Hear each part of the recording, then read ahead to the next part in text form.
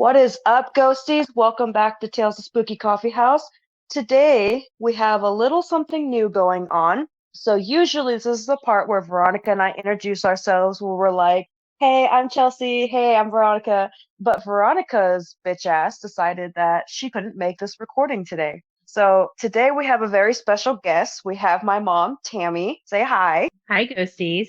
And today, originally, the plan was to interview my mom about her experience. We're gonna still do that, unfortunately, without Veronica, though. She is supposed to be listening like a regular listener, so we're gonna just, give her hell this whole episode. Sound good to you? That sounds great to me. Okay. Today, I'm drinking coffee like normal, but Mom, are you drinking anything today? I am. I'm actually drinking wine. Not coffee, but wine. You've been drinking a lot of wine lately. Not really. It just seems like it because I'm not usually a wine drinker. What's been your favorite taste since you've started drinking wine recently? I would have to say my favorite would be the Stella Rosa Cherry, Yeah, that is pretty good. and the Stella Rosa Black is just as good, which is what I'm drinking today. I haven't tried it yet. You got me for Yule, but I haven't tried it yet. I did, and Or no, actually, not Yule. No, it wasn't Yule. no, it wasn't. Actually, it was recently though, didn't I I gave you a whole bottle. Oh yeah, for Ostara. Yes. Oh, Yes. and by the way, Beltane blessings to you, because today is Beltane. Oh yeah, today's May 1st that we're recording, isn't it? Yes, it is. Yeah, blessings to you too. I didn't do anything. Like my altar is empty right now. I have a few things, but I wanted to really make a maypole, but haven't had time to do that, so I might have to work on that for next year. See, I have the stuff to make one, like just a mini one for my altar. And Hmm. I've had it for like the last 3 years and I keep forgetting to make it. But I'm thinking next year the girls are going to be old enough where they can help me make one. So I think it'll be special to have one from each of them to put on the altar. So I'll probably just wait till next year now. Well, that'll be nice. So, Mom, usually Veronica and I would start off with asking each other some random questions just because we've been friends for so long that asking each other random questions just kind of helps us get to know how we've changed over the years. So I have some questions for you. So the first question that I have for you is which unsolved murder or unidentified serial killer fascinates you the most? All of them. You have to pick one. No, I can't. It's just all of them because eventually what happens is I learn about all of them and then I get bored with them and move on. Did you say you get bored with them and move on? Yes. Oh my God, I understand where I get it from now. It's just me. I mean, I'm fascinated with them all, and then I learn about one, and I'm okay with that, and I say, okay, time to move on to the next. Yes, I know. That's probably where you get it from. I think I'm seeing what Veronica sees now, and it's like, oh, it makes sense. Okay, which horror movie murder did you find the most disturbing ever? Murder, as in just the actual murder itself. Yeah, like in a horror movie when somebody dies, like which one did you find the most disturbing? None. Not even when you were younger, there wasn't one that was just like you were like that was kind of freaky.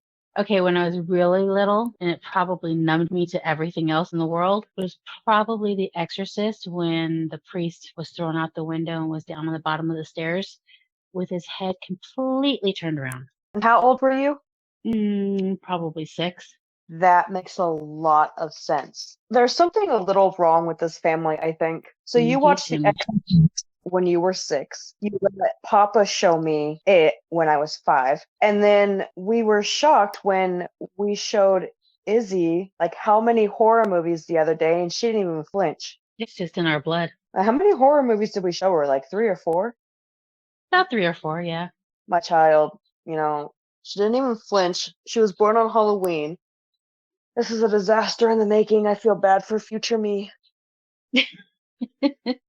Oh, but not only was she born on Halloween, but what was on the TV as you were giving birth? that it actually upset the nurse, not us, but the nurse. Oh my God, yeah.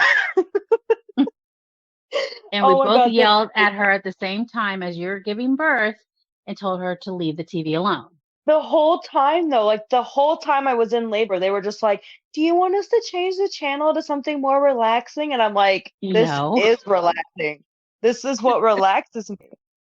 Yeah. You No, tell what the was audience, did you tell the audience what we were watching? no, it was Halloween. The very first one. And then before that, when I was just like in labor in general, it was what, like Friday the 13th. What else was Yeah, playing? I think we were going through, I think what was on was all the old original stuff. Yeah, so they were getting screaming from me, then they were getting screaming from Jamie Lee Curtis in the background, and yeah, I think the doctor and the nurses were a little bit disturbed. Just a little bit. Didn't bother us in the least. Thanks for bringing that up. I totally forgot all about that. Which is probably why Izzy is the way that she is. Yeah. So, But did I you think have any she's questions perfectly for me? fine. I think she's perfect. Yeah. Yeah, I agree. She's perfect just the way she is. So there's one specific topic that Veronica and I had originally talked about, and it's the whole reason for the interview. But I want to save that for last. I want to talk about something else first. Okay. We've mentioned on the podcast before, I think a couple of times, that I've seen ghosts since I was very little. And one of the specific ghosts that I remember and that I know for a fact you talked to is the man in the tall hat. Go ahead and tell us from the start, like when you first started seeing him, how your connection escalated. We want to know more about that. Actually, his name is James. His name is James. His name is James, and he is an ancestor of ours. I do not know from how far back. I know very little about him, other than the fact that he is a relative. But as far as when I started seeing him, I don't think there's a time where I don't ever remember not seeing him or talking to him or playing with him when I was very young. He's always been there. He's been there for quite a few family members as well, but usually when they all get older, it starts to fade and they don't remember him. Because I am the oldest out of all of the cousins, I remember them talking about him. I remember them seeing him and playing with him, and then eventually it fades. There's maybe two or three that probably remember little bits and pieces of him, but that's about it. You've seen him. He's been there since you were born. Yes, there's a couple of memories of him that I Mm. specifically remember, but since I have gotten older, I have not seen him as often. He does check on you from time to time. I get reports. I think it's because we sleep with the door closed, and I've usually only ever seen him in a doorway, so that might be why, but we've always slept with the door closed since I've moved out of your house. So, but yeah, I've always wanted to know, I don't know. I guess I've always wanted to know like why he's so attached to you. I see others. I choose to not let them in, but that's been throughout my whole life. Things that even my mom, your Nana, doesn't want to talk about because Yeah, it scares her. she's never been into the supernatural stuff. It freaks her out. But yet she is connected to the supernatural stuff. She does know things that she doesn't know how she knows that she does know, but she Oh yeah, chooses not to acknowledge address it. it. Yep.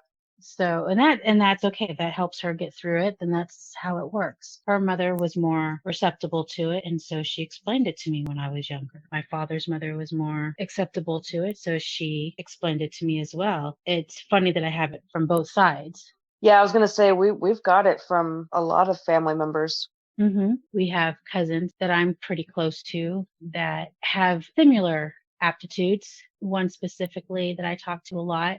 She's very sensitive to people's feelings and viewpoints as far as whether they're a good person, a bad person, an in between person. She can tell you if she's going to get along with them or not, or if they have a bias of some kind. She's pretty spry on that. She's still new to how to interpret things and how to not just blurt it out and freak people out. I've learned over the years, but then again, I was always very more to myself, not to know when to judge how to approach people about it. Some people are open to it and others are not. Hmm. and she's still learning that part of it and how to not get herself overwhelmed with information coming through. Still a bit on the newer side for her, though she's had it for quite a long time, mostly all her life as well. But she's more open to it now, so more things fled through, which is hard to get a handle over. Yeah, I think that's why I kind of struggle with things right now because I've kind of shut everything off after I had Izzy because it was overwhelming with everything else that was going on at that time. And the shutting So off is actually a good thing that you could do that because not a lot of people yeah, can do that, which you could have asked me, but we never really talked about that part or any of that. yeah, Um, I just one day was like, I can't handle it, and I was like, I need to shut it off. And I think that was the last time I saw the man in the tall hat. but he's still there. He just doesn't show himself.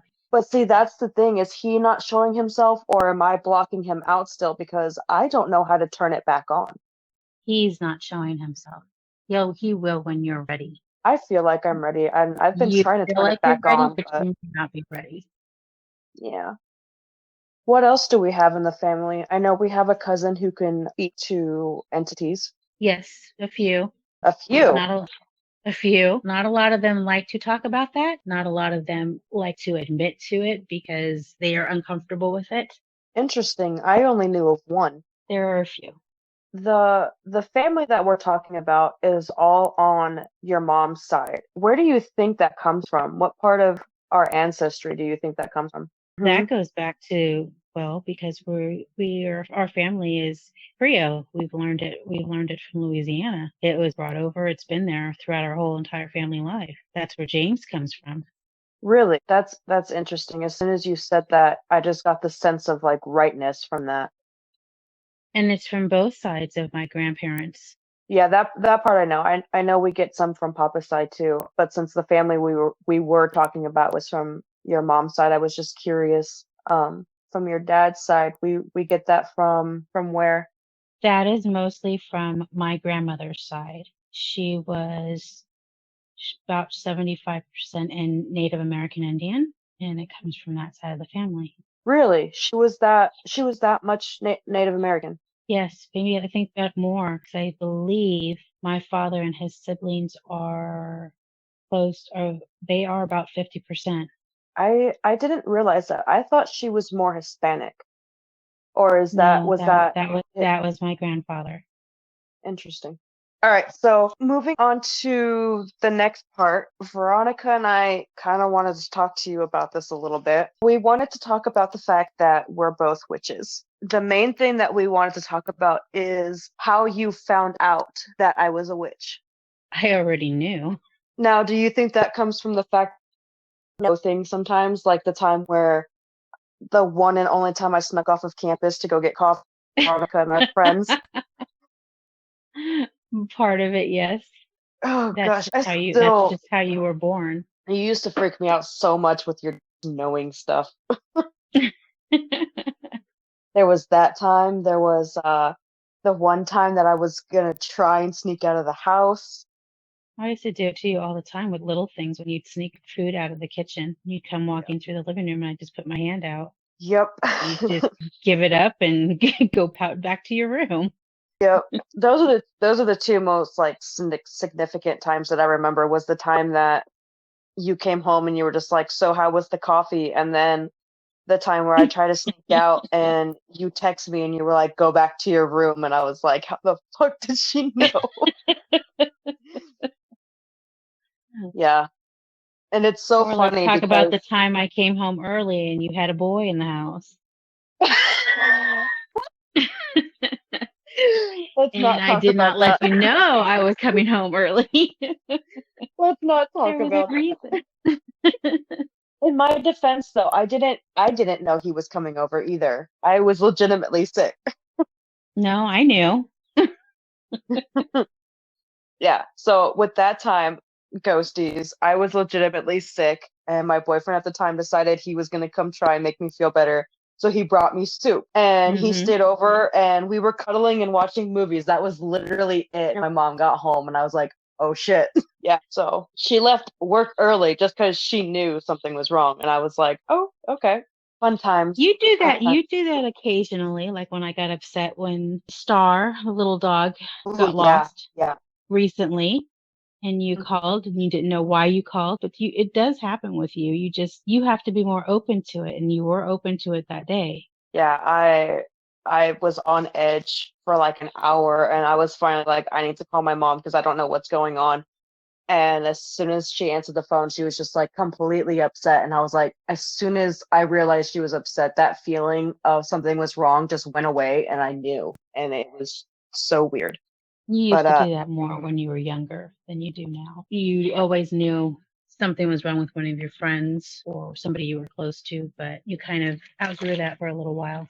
yeah, I do that still sometimes. I've noticed like I'll text Veronica or Stephanie, and I'm just like, because I know something's wrong. And there was one time Hmm. where Veronica was just like, she's like, yeah, I'm going through a lot right now. She's like, and I could really use you, but I don't want to talk about it. And I was like, okay, that's fine. As long as you know I'm here. I just have random feelings of wrongness. I don't know. That's what it feels like. It's a feeling of wrongness, like something's wrong.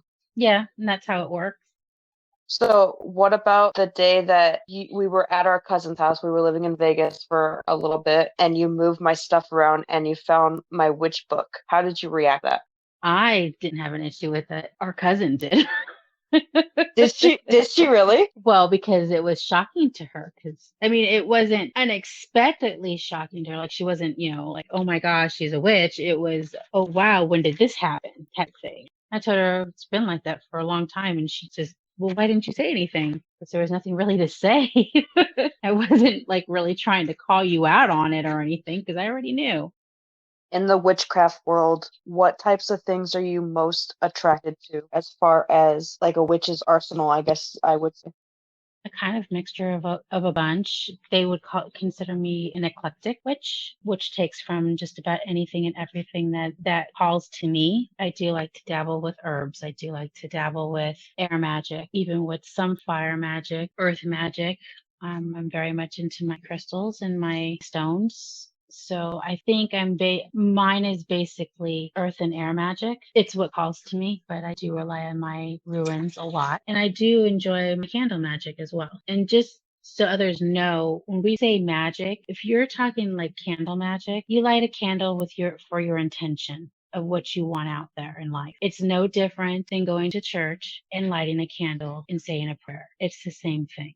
It's a physical form of manifestation. Correct. Yeah, we're not Harry Pottering it in our houses, unfortunately. Gosh, I wish I could. If I could have some invisible way to do the dishes, this would be great. Oh my God, I know, right? I hate dishes so much. Or knitting. I mean, Mrs. Weasley had her magic up there and it was knitting for her. This would be really, really awesome.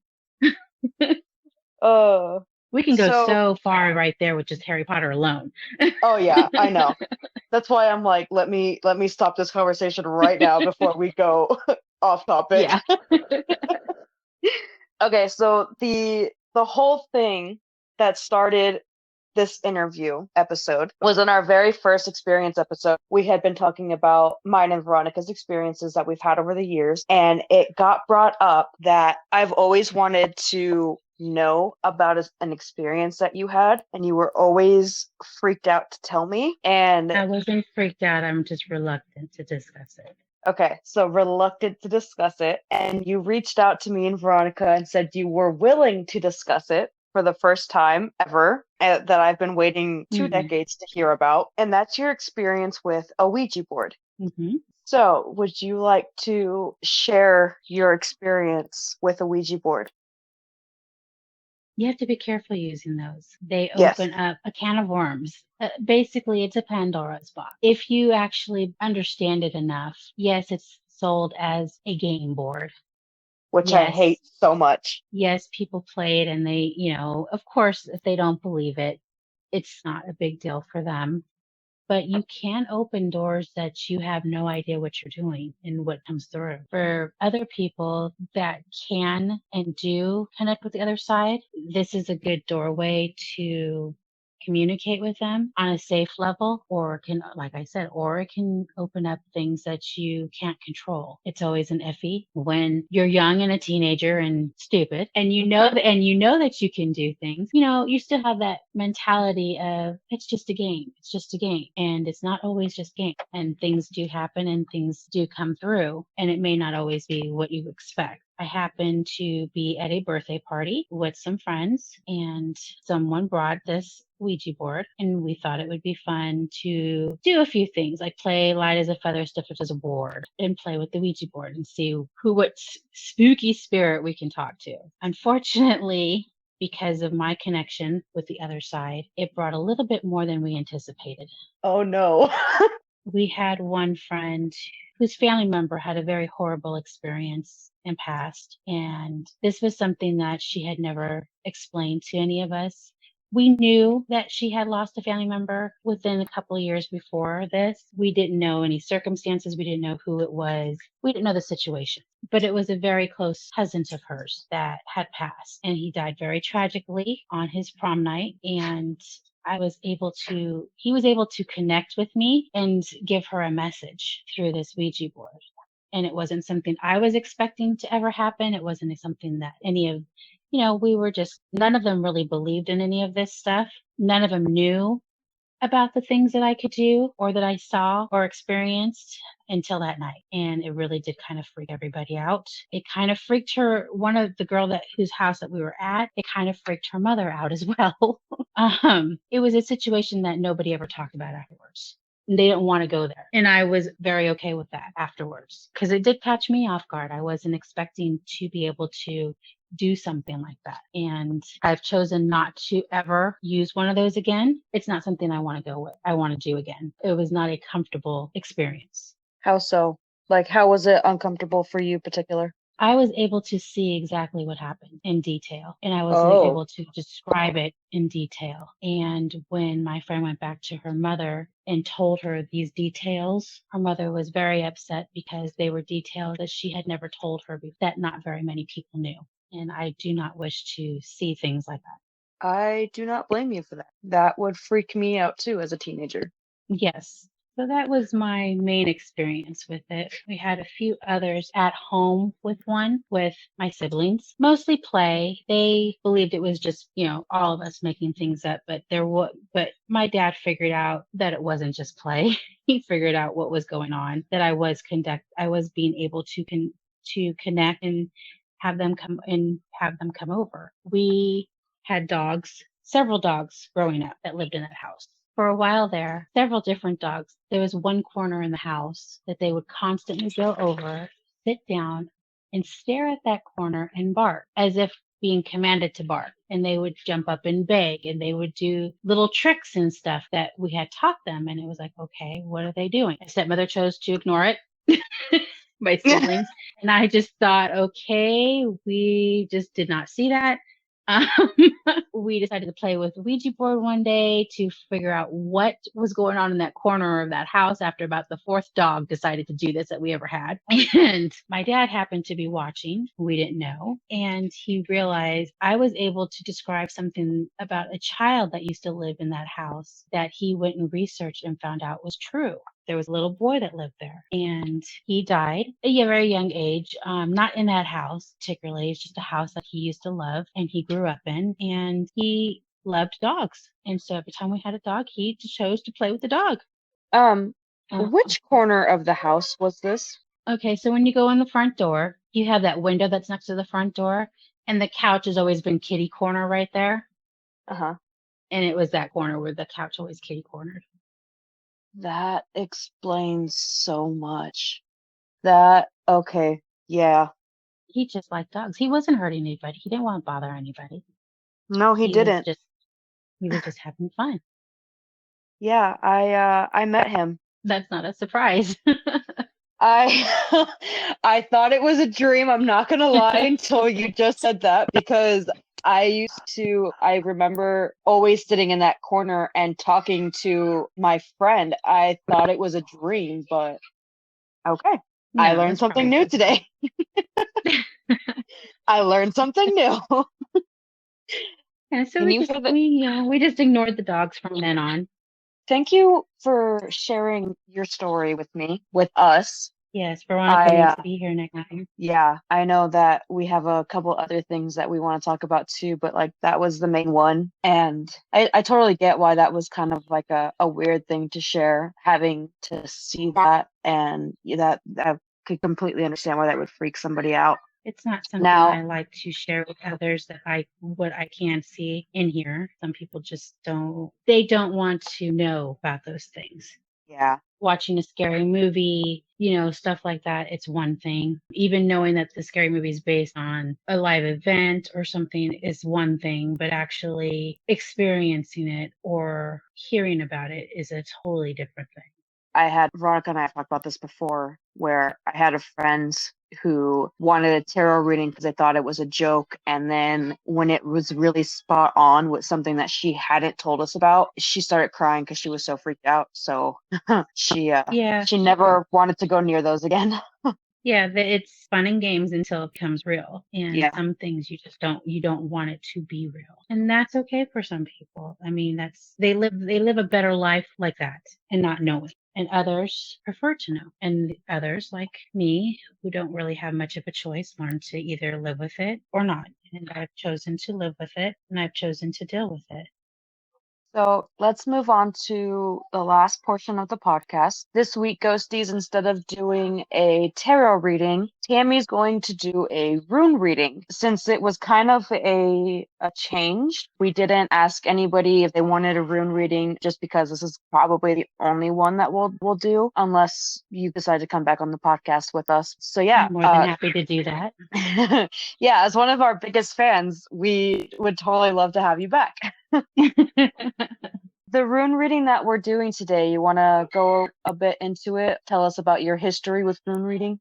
I learned about ruins and I learned about terror. Terrors I learned from my father. Ruins I learned as I was dabbling more in the spiritual world from a coven of witches actually, who introduced it to me. How old were you? And actually, this was right after your father and I split up. So you were probably about 3. We actually, actually, he went with me to this one place, and it was a store, but it was governed by a coven of witches, and he went to some of the workshops with me because he was kind of interested a little bit too, even though we were split up by then. But then he kind of went back to his origins, which was fine. I got to know them and did a bunch of workshops with them for quite a few years. They introduced me to ruins, which I kind of knew the fourth R alphabet of it. I didn't really know exactly what you did with them until they taught me. So I've kind of got a knack for it. So I kind of stuck with it, and it appeals to me and calls to me more than more than terrors ever did. Though I do have a tarot deck that I choose not to use anymore because it's not something that calls to me. I did give you my father's deck, which I inherited when he passed. But the ruins, they have a interesting history. Most people believe that it's a Viking history, which it is more of a northern history, but they also have a huge history in Germany as well, which most people don't know, which makes more sense when you think about certain unhappy events that happened in the world with Hitler, because he did have a big interest in these things. Really? He did, which is where you get the Nazi symbol from, actually.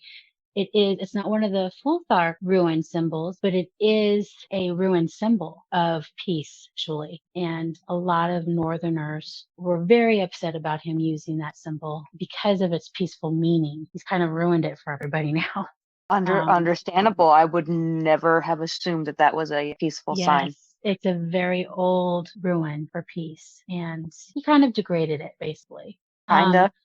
But he really did. But ruins in general, they work a little bit like tarot cards do, but they give you more of a guideline of what your current situation is, how to interpret it and move forward to what you want it, where your goal is, and then your outcome based on if you follow their advice, which is kind of the one we're doing today, which is your question is based on. It'll be basically your current situation, of what you want. Your next ruin is going to be how to get to that particular goal. And your last one is if that goal is going to, how that goal is going to manifest if you follow the same path you're on. You can Okay. do several different readings. A one ruin reading is pretty easy. If you just wake up in the morning and kind of want to know how your day is going to go, you could just pull a ruin and it'll give you kind of a guideline on how to go about your day. They're fairly simple, but they're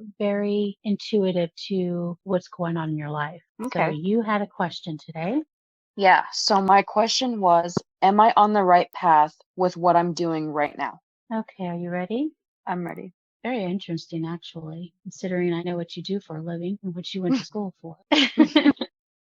Okay, so your first ruin is Gabo, and it's basically, if you want a simple word for it, a gift. You have a gift for something. We know what your gift is. Okay. And this is where you want to go in your life with this gift. So you have to have an equal exchange with it, a balance to go with it, which you do, which you've been striving at, actually. You give and you take from this. You have learned everything that you need to learn. And so moving forward, you need to follow that gift. And I think you're making big steps into following that gift.